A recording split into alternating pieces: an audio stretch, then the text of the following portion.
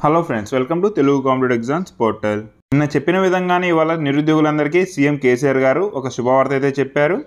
తెలంగాణ రాష్ట్రంలో 156,000కు పైగా ఖాళీలను నోటిఫై చేశామని, అదేవిధంగా ఈ ఖాళీలలో 91,147 ఖాళీలను భర్తీ చేస్తున్నామని ప్రకటన అయితే చేశారు. ఈ ప్రకటన గురించి పూర్తి వివరాలు ఇప్పుడు మనం తెలుసుకుందాం. నిరుద్యోగులకు తెలంగాణ సర్కార్ బొనాంజా. దాదాపుగా మనకి 3 సంవత్సరాల నుంచి ఎటువంటి నోటిఫికేషన్స్ అయితే లేవు.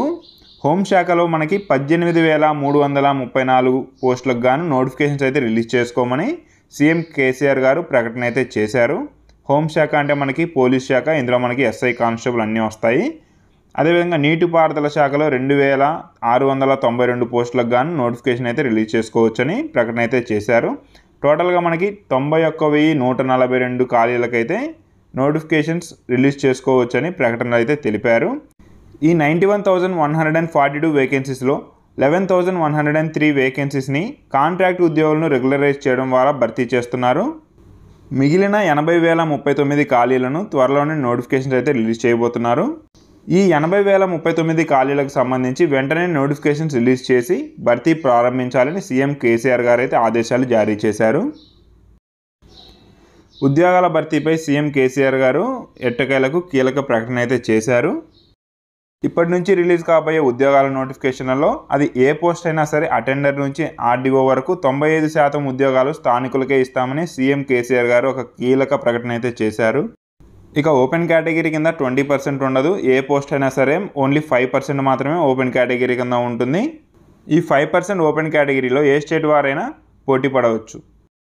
ఇక శాఖల వారీగా ఒకసారి ఖాళీలు చూద్దాం. మేజర్గా ఉన్న ఖాళీలు వచ్చేసి ఉన్నత విద్యాశాఖలో 7,878 పోస్టులు, విద్యాశాఖలో 13,086 పోస్టులు, పోలీస్ శాఖలో 18,334 పోస్టులు. ఎక్కువగా ఉన్న పోస్టులు వచ్చేసి పోలీస్ శాఖలోనే ఉన్నాయి. రెవెన్యూలో 3,560 పోస్టులు, వైద్య శాఖ 12,755, బీసీ సంక్షేమ శాఖ 4,311, సాగునీటి శాఖ 2,692, ఇక ఎస్సీ సంక్షేమ శాఖలో 2,879 పోస్టులు ఖాళీగా ఉన్నాయి.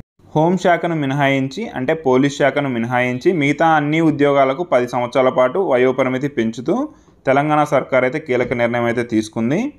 పోలీస్ డిపార్ట్మెంట్కు సంబంధించి వయోపరిమితి పెంపు గురించి అయితే ఎటువంటి ప్రకటన అయితే ఇంకా చేయలేదు. ఫ్యూచర్లో చేస్తే నేనైతే మీకు ఇన్ఫామ్ చేస్తాను.